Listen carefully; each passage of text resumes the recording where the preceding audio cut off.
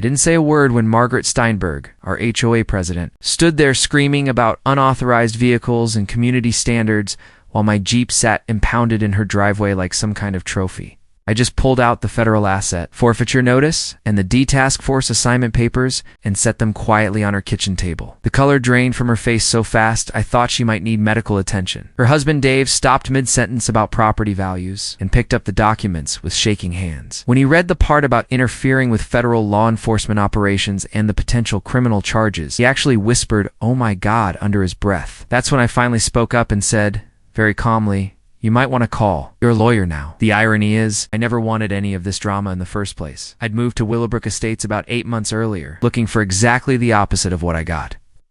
After 15 years as a detective with the county sheriff's office, I was burned out on conflict and just wanted a quiet place to decompress. The job had taken everything from me: my marriage, my relationship with my kids, even my faith in people doing the right thing.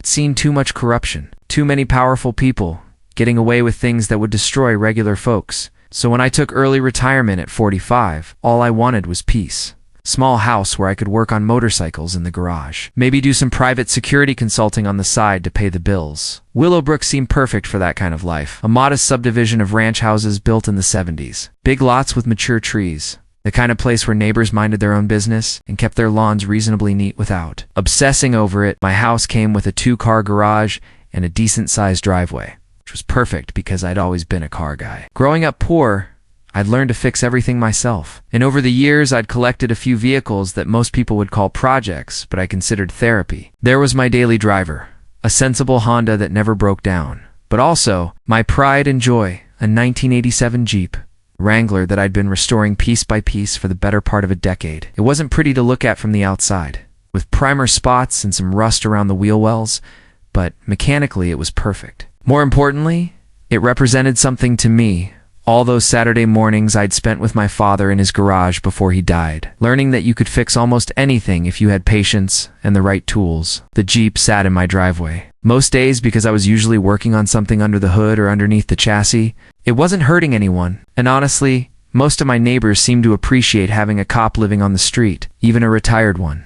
What I didn't advertise to anyone was that the Jeep wasn't just my hobby vehicle. It was also assigned to a multi-agency drug task force that I'd been working with as a consultant since my retirement. The D had approached me about using my law enforcement experience and my unmarked personal vehicles for surveillance work in rural areas, where their government plates would stand out like sore thumbs. It was perfect for me. Good money, flexible, schedule, and I got to use skills I'd spent decades developing. The paperwork was all filed properly with the federal government.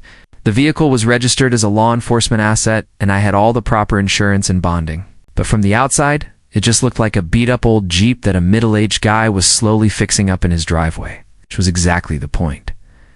The first sign of trouble came on a Tuesday morning in March when I found a bright yellow notice. Taped to my garage door, the letter was signed by Margaret Steinberg, HOA, President, and informed me that I was in violation of Section 4.7 of the Community Covenants regarding inoperable or unsightly vehicles. The notice gave me 14 days to remedy the situation or face fines of $50 per day until compliance was achieved. I had to read it twice before I fully understood what was happening. My Jeep wasn't inoperable. I drove it regularly, just not every single day. And while it might not win any beauty contests, it was registered, insured, and parked legally in my own driveway. I'd never even heard of Margaret Steinberg, let alone spoken to her about my vehicles or anything else. That evening I walked over to her house, which turned out to be the biggest one in the subdivision.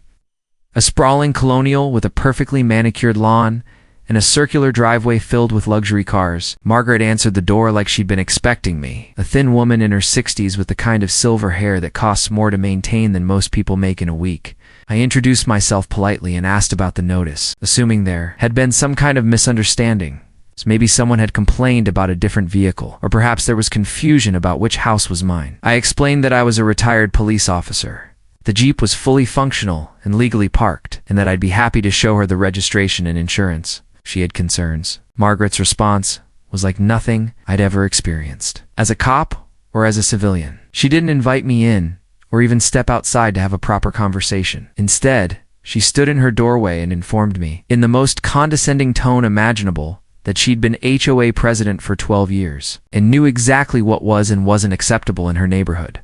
She said my Jeep was an eyesore that was bringing down property values, and that the community covenants were clear about vehicles that appeared to be under repair. When I tried to explain that it wasn't abandoned or broken, she cut me off and said the 14-day notice period was non-negotiable. If I didn't remove the vehicle, I'd be fined. And if I didn't pay the fines, they'd place a lien on my property. Then she closed the door in my face. I spent that night reading through the HOA covenants and bylaws that had supposedly been provided when I bought the house. Though I couldn't remember seeing them in the mountain of paperwork at closing, sure enough, there was language about vehicles, but it was specifically targeted at cars that were inoperable, unlicensed, or abandoned. My Jeep was none of those things. I also noticed that the covenant required written complaints from neighbors before violations could be issued, and that homeowners had the right to appeal decisions at monthly board meetings.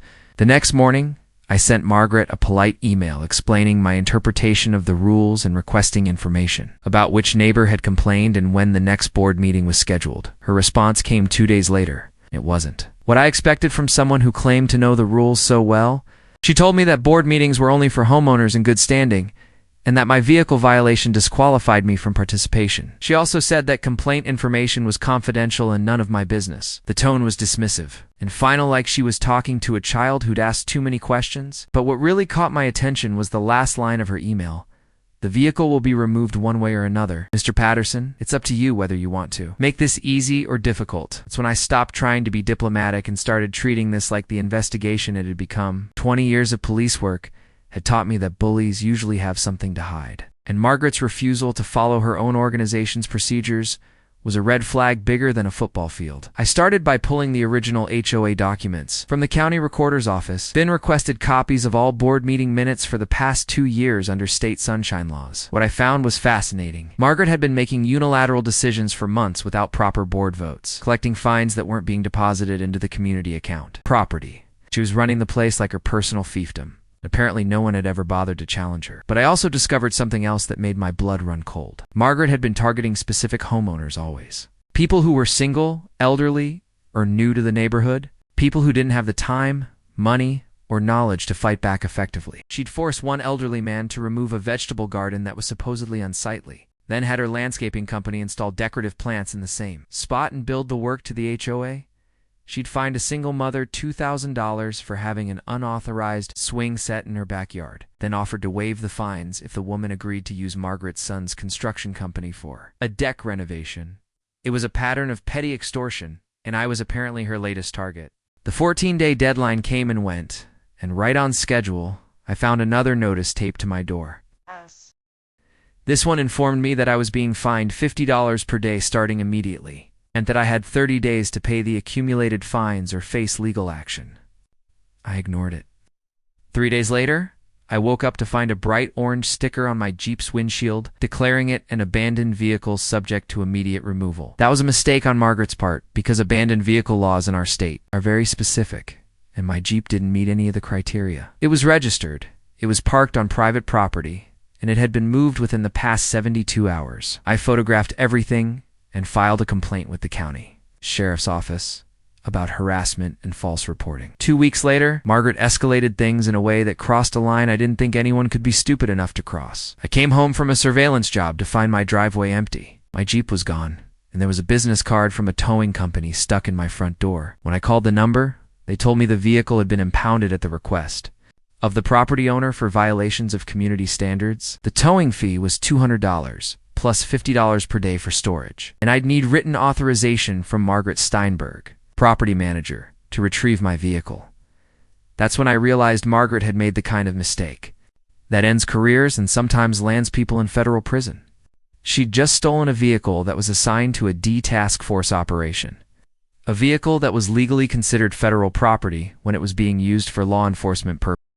A vehicle that had electronic tracking equipment installed by the government and was probably being monitored by people with very little patience for interference with ongoing investigations. I didn't call Margaret right away. Instead, I called my D contact and explained the situation. Agent Rodriguez was quiet for a long moment, then asked me to repeat exactly what had happened and when. He told me not to retrieve the vehicle myself, not to contact the HOA president, and not to do anything that might compromise the investigation. Then he said something that made me smile for the first time in weeks.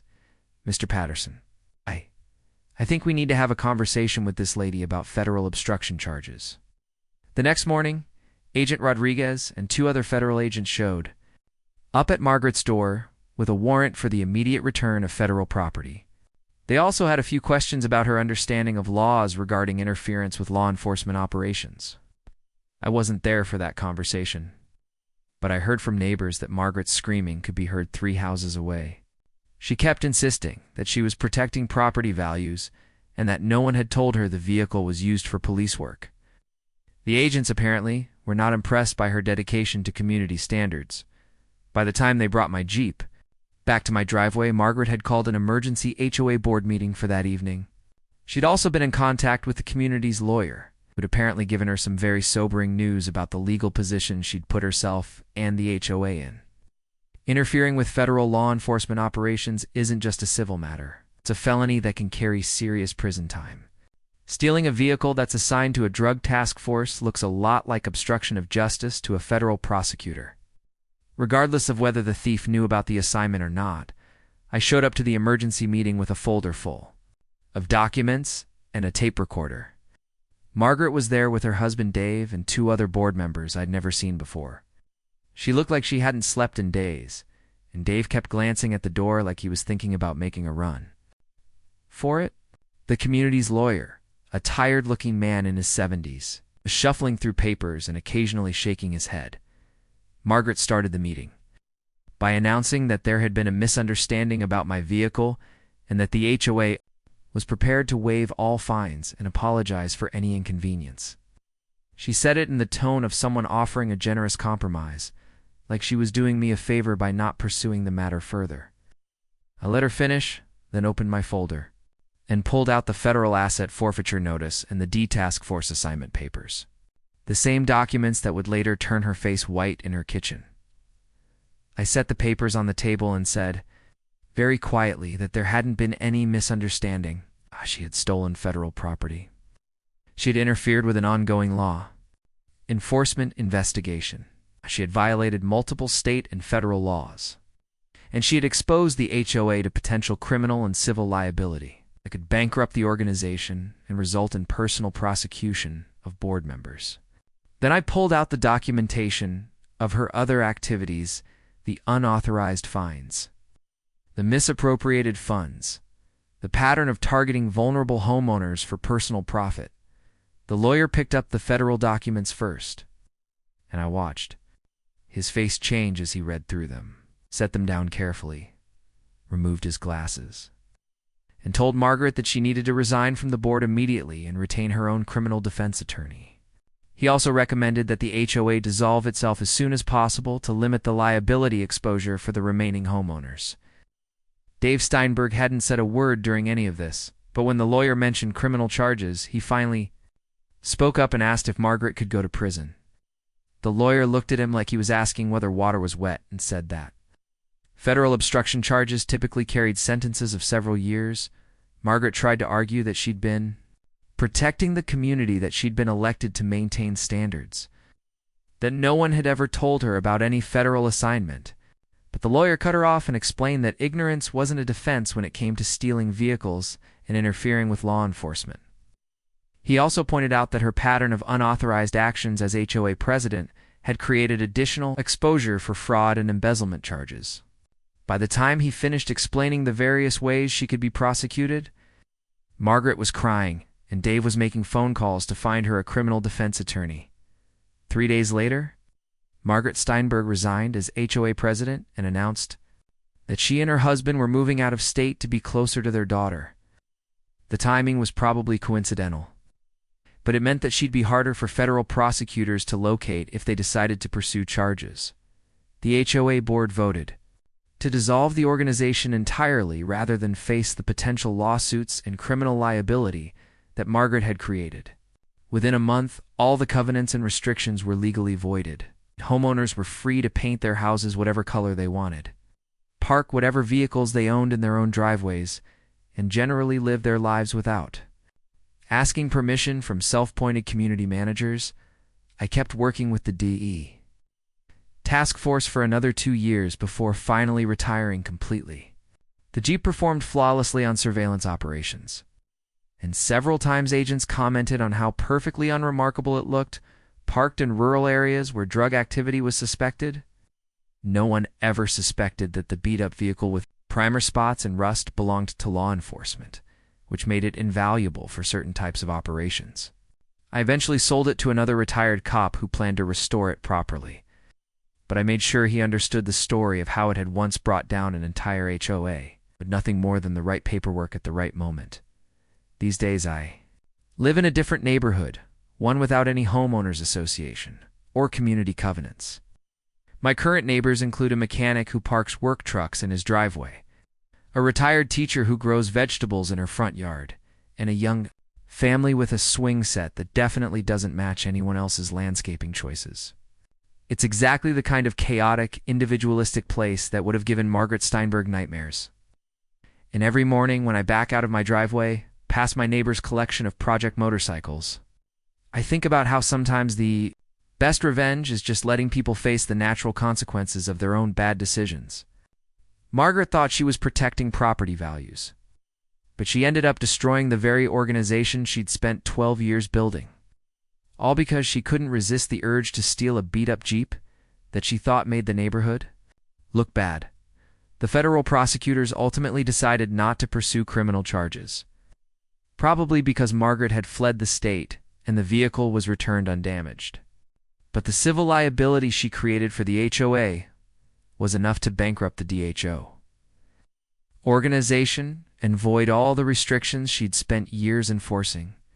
Sometimes justice doesn't require handcuffs and prison sentences. Sometimes it's enough to watch someone's entire power structure collapse under the weight of their own arrogance and illegal behavior. And sometimes the most satisfying victory is the one where you never have to raise your voice or make threats. Document everything and wait for the right moment to present the facts. The rest tends to take care of itself.